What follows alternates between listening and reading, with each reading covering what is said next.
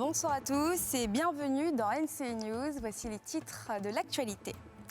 Emmanuel Macron est arrivé cet après-midi à Abidjan, une visite d'État de 48 heures pour renforcer le partenariat sécuritaire et politique entre Abidjan et Paris. Une rencontre qui intervient à 1 an de la présidentielle en Côte d'Ivoire. C'est le troisième qui s'écroule à Abidjan en moins de 2 ans. Un immeuble en pleine construction s'est effondré ce vendredi dans la commune d'Abobo. Aucun mort n'est à déplorer, mais plusieurs blessés ont été dénombrés. Et lutter main dans la main avec les autorités ivoiriennes contre la traite et le trafic illicite des migrants. C'est la volonté de l'OIM, l'Organisation internationale des migrants. Pour y arriver, elle lance ce jour le projet Cocotype. Le chef de l'État français est à Abidjan depuis exactement 16h48 dans le cadre de la visite officielle de 48 heures qu'il entame en Côte d'Ivoire à compter de ce jour. Accompagné de son épouse, Emmanuel Macron a été accueilli à l'aéroport international Félix Houphouët-Boigny par Dominique et Alassane Ouattara.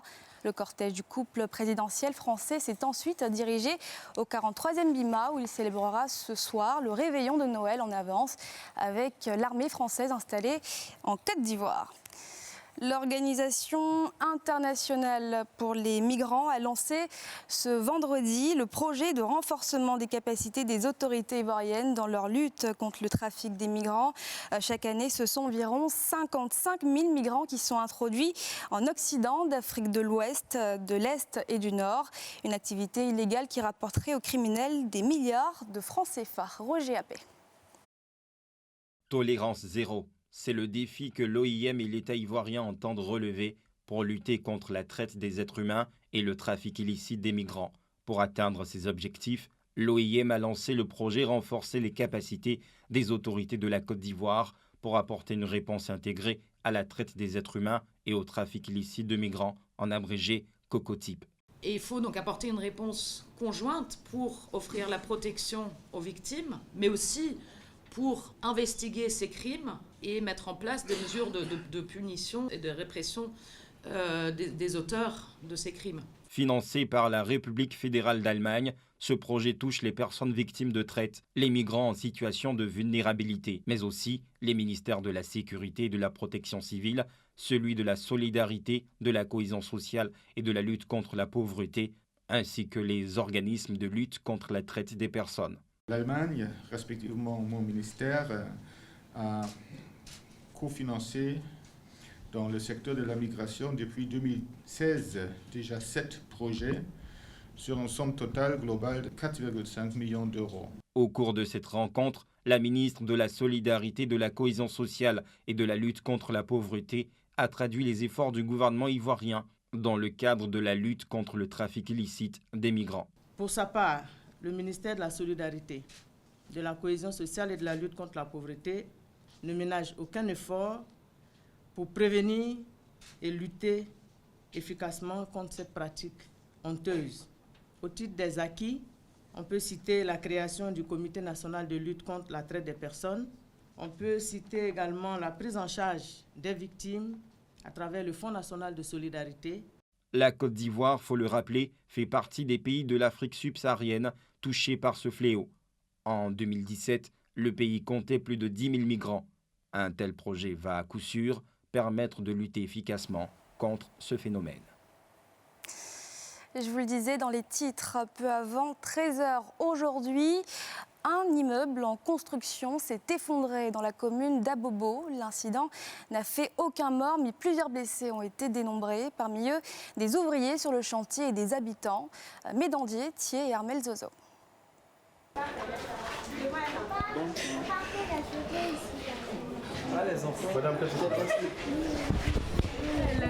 Difficile pour Madame Ebroquier de contenir ses émotions. Et pourtant, ses 2 enfants, Yodan et Massana, sont sains et saufs. Ils étaient dans cet immeuble, dont une partie était en construction, au moment où il s'écroulait, ce vendredi 20 décembre, peu avant 13h. On s'inquiétait trop, vraiment. On rend grâce à Dieu, c'est tout ce qu'on peut dire. Merci au Seigneur. Quelques minutes plus tard, sa sœur inquiète accourt sur les lieux, puis ses manœuvres, eux aussi victimes de l'accident, qui tentent tant bien que mal de la rassurer. essayer de casser la fenêtre. La jeune fille et son mari jeune là. Oui. Ils ne sont pas là, mais c'est la servante. Oui, la servante, Claire là, non. Elle est sortie, elle est sortie. Ah, combien d'enfants? Elle a aussi des enfants? Oui, il y a un garçon, deux filles. Deux filles. Elle mène une fille au dos là. Mais ils sont où? Non, ils sont pas au kiosque. J'étais inquiète lorsqu'on m'a appelé pour dire que mes neveux et la servante sont restés dans la maison puisque les parents ne sont pas là. Donc je suis venue. Bon, actuellement je les ai retrouvés puisqu'ils ont cassé derrière la maison. Les enfants sont sortis. Vraiment, je suis heureuse, je les ai retrouvés. Ceux qui ont vécu la scène racontent. Le bâtiment était en haut, c'était penché. Quand c'était penché, il était dans la douche là-bas. Maintenant, il a entendu l'écroulement qui faisait pou, pou, pou, pou, pou, pou. Dans la douche là-bas, ça tombait en haut. Maintenant, on est sorti, on est parti dans la chambre. Quand on est parti dans la chambre, la fumée, c'était descendu, il n'y avait plus courant. Il n'y avait plus courant, maintenant la porte était fermée. Il y avait de la poussière partout. On a commencé à travailler le matin. On entend un bruit, on vient voir cette dalle-là, un petit morceau qui est tombé. Donc c'est par là que ça a commencé. La maison a commencé à se fissurer un peu, ça a commencé à se casser un peu. Et après maintenant on voit que c'est là, c'est cassé partout maintenant. C'est ça, on a couru, on est venu en bas ici. C'est en courant, je suis tombé, bon, je suis gratté un peu. D'autres sont blessés, ils sont partis à l'hôpital. J'habite dans le bâtiment, cela fait pratiquement 6 mois. C'est après 1 mois que j'ai loué la maison qu'ils ont commencé à faire les travaux ici. Et à un moment donné, on se plaignait nous tous parce que ça nous dérangeait notre tranquillité. Et aujourd'hui, étant malade, je suis quitté à la clinique. Je rentre à la maison, en moins de 5 minutes, le bâtiment s'est écroulé. Et dans les échanges avec certains manœuvres qui nous disaient comme ça qu'ils avaient même constaté 3 jours, ils ont dit aux propriétaires de faire attention parce que les piliers n'étaient pas bien mis en place. Les services de secours déployés sur les lieux sont formels. Aucun corps ne se trouve sous les gravats. Après les évacuations, ils quittent le site, laissant derrière eux des victimes en colère, dont certains mettent en cause des travaux précipités avec du matériel inadapté pour un immeuble. Quant aux autres, ils se disent livrés à eux-mêmes. Allez là, on ne voit même pas les chefs, si ce n'est pas la sécurité, même les chefs maçons, les chefs chantiers, on ne les voit pas, même les techniciens. Cet immeuble est le 3e qui s'écroule à Abidjan ces dernières années. En 2017, un premier s'était effondré à Cocody-en-Gré, le second en 2018 dans la commune d'Atekoubé.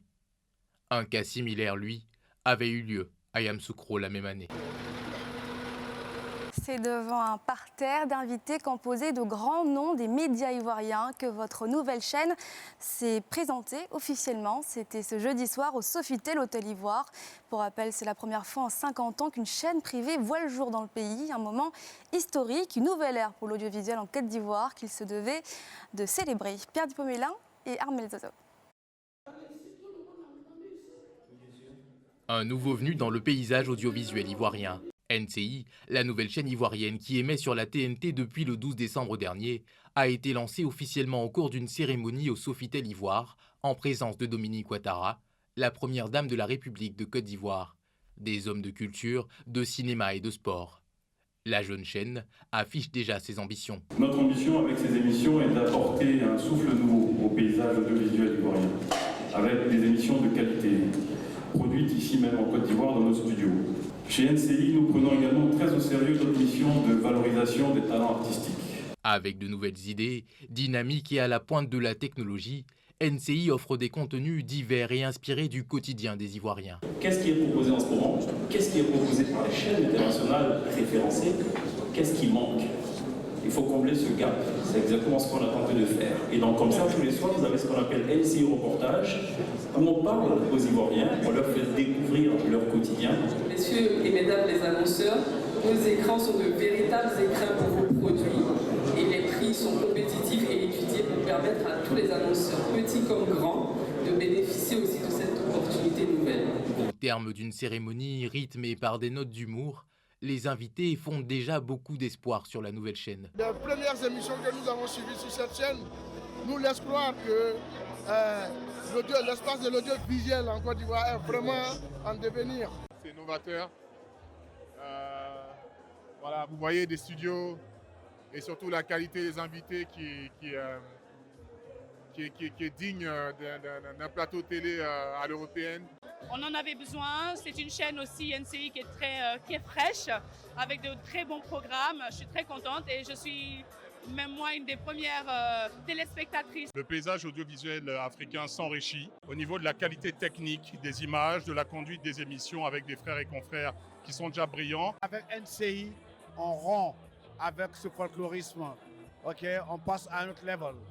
Et ça, je suis très fier en tant qu'Ivoirien. L'avènement de NCI porte à 4 le nombre de chaînes de la TNT. La nouvelle télévision, par ses programmes, s'impose déjà dans le paysage audiovisuel ivoirien.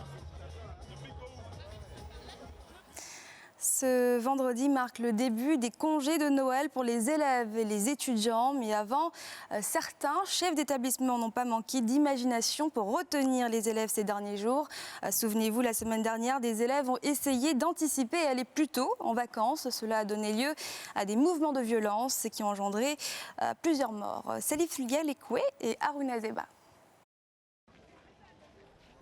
Dans cet établissement situé en plein cœur de la commune marchande d'Adjamé, Jean-Christian Nguessan, directeur des études et enseignant d'histoire-géographie, a rendez-vous avec ses élèves de 6e.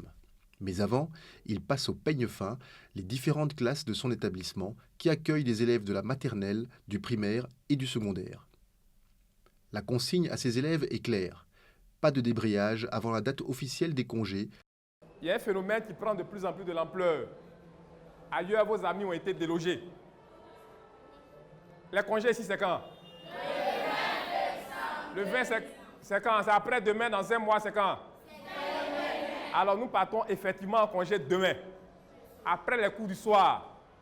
C'est ce que M. Le Drain a dit. M. Le Drain me charge de vous dire que celui qui va s'inscrire dans une autre logique, quand il sera pris, il sera durement sanctionné. Ça veut dire quoi? Il ne sera plus élève en Côte d'Ivoire. Est-ce que c'est bon d'aller en congé avant la date prévue? Non. Est-ce que c'est bon d'aller déloger ses amis? Non. Beaucoup de chefs d'établissement ont choisi la méthode de la sensibilisation en vue de convaincre les enfants de rester à l'école. Au lycée moderne de Koumassi, sud d'Abidjan, ambiance studieuse dans la cour de l'établissement. Pour cause, les élèves des classes de première revisitent les premiers cours de l'année académique 2019-2020 à travers une évaluation sous la supervision du censeur Kuno Diomande. Ici, l'anticipation du proviseur et la collaboration des parents d'élèves favorisent un climat apaisé. Le lycée moderne de Koumassi n'a pas connu trop de perturbations au niveau des cours. Même l'année dernière, pendant la grande grève qui a duré 1 mois, nous sommes allés régulièrement à l'école. Il n'y a pas de secret. C'est la sensibilisation et puis surtout l'anticipation. Comme on sait que ces phénomènes-là se produisent, nous nous sommes dit qu'est-ce qui amène les enfants à se comporter comme cela. Alors, c'est parce que, bon, vers la fin, ils sont un peu surchargés, le programme, il y a trop d'activités, ils ont envie de se relaxer un peu. On a compris. Donc, nous, dès le début de l'année, nous avons mis sur pied les ateliers, mais nous avons demandé au COGES, au comité des parents d'élèves, de nous accompagner. Et le comité des parents d'élèves, pour cette année scolaire, a mis des barbelés sur tout le mur du lycée moderne. À telle enseigne que, désormais, tous les badauds qui arrivent ne peuvent plus passer par la clôture pour accéder au lycée. Ça nous a permis donc de sécuriser nos élèves à l'intérieur.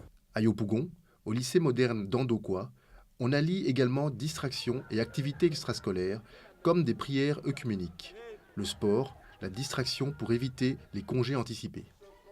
En classe de 3e à 2, la concentration est de mise. Au menu, un cours d'anglais malgré la folle ambiance de la cour. Les élèves sont conscients des dangers auxquels ils s'exposent par l'absentéisme. Il faut suivre les conseils du directeur avant de faire les bêtises. Ça nous empêche d'avancer. On peut faire une année blanche. Quelques 3 élèves ont été assassinés en 10 jours dans des violences scolaires orchestrées par des élèves pour réclamer les vacances anticipées de Noël. Selon la ministre de l'Éducation nationale, de l'enseignement technique et de la formation professionnelle, Candia Camara, tous les responsables de ces violences seront désormais radiés des écoles du pays. Fabien Neretse, un ancien haut fonctionnaire rwandais reconnu coupable jeudi de crimes de génocide et crimes de guerre en 1994, a été condamné ce vendredi à 25 ans de réclusion par la Cour d'assises de Bruxelles. Et la Cour pénale internationale annonce une enquête sur des crimes de guerre dans le territoire palestinien. La déclaration a été faite ce vendredi par la procureure de la CPI, Fatou Bensouda.